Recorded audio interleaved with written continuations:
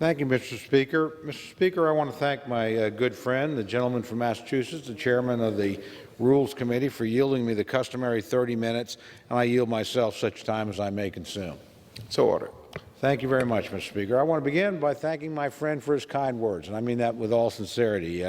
We obviously have different opinions. We represent different parties, but we do work together well, and I appreciate the manner in which my friend runs his committee and discharges his responsibility on that committee and to this entire House. We're here today, Mr. Speaker, on a bill that represents one of the most fundamental roles of the United States Congress. And that's to fund the government, to keep it open. Today's bill is a bipartisan continuing resolution ensuring that critical government funding will remain in place through November 21st. The extension of funding is necessary to ensure that the House and the Senate have the time to reach a deal for a full year of appropriations for fiscal year 2020. Mr. Speaker, I call this bill a continuing resolution, but I think the other word I used is much more important.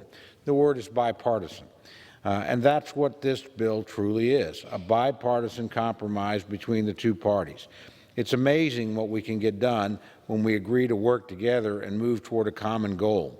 And in putting forward this bill, that's exactly what we've done. H.R. 4378 is a bipartisan compromise that ensures that we will keep the government open and operating through November 21st. The American people deserve no less. H.R. 4378 not only funds the government and keeps it open, it also provides critical authorization extensions for some important government programs. Without passing this bill, crucial programs impacting millions of Americans in every district in the country would expire. These include programs like the Community Health Centers, the Commodity Credit Corporation, the National Flood Insurance Program, the Special Diabetes Program, and the Special Diabetes Program for Native Americans. Every one of these programs is one of great importance to my district, but the same could be said of every other member of the House.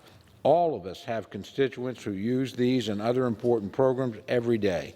All of us have constituents whose lives are changed for better because these programs are there. And if they were to expire and stop working, all of us, every last member, would rightly hear from it about our constituents the following day. The bill before us today is not a perfect bill, but that's the nature of a compromise. When the two parties agree to work together, both sides have to give up some things for the greater good. That's the nature of compromise and the nature of what we can do when we agree to set aside partisanship for the good of all those we are privileged to represent. Mr. Speaker, while I cannot support the rule, I do support the underlying measure. I think it represents a real bipartisan achievement that every member of the chamber, Republican and Democrat alike, can and should support. And with that, I would urge opposition to the rule, but urge support for the underlying legislation, and I reserve the balance of my time. The gentleman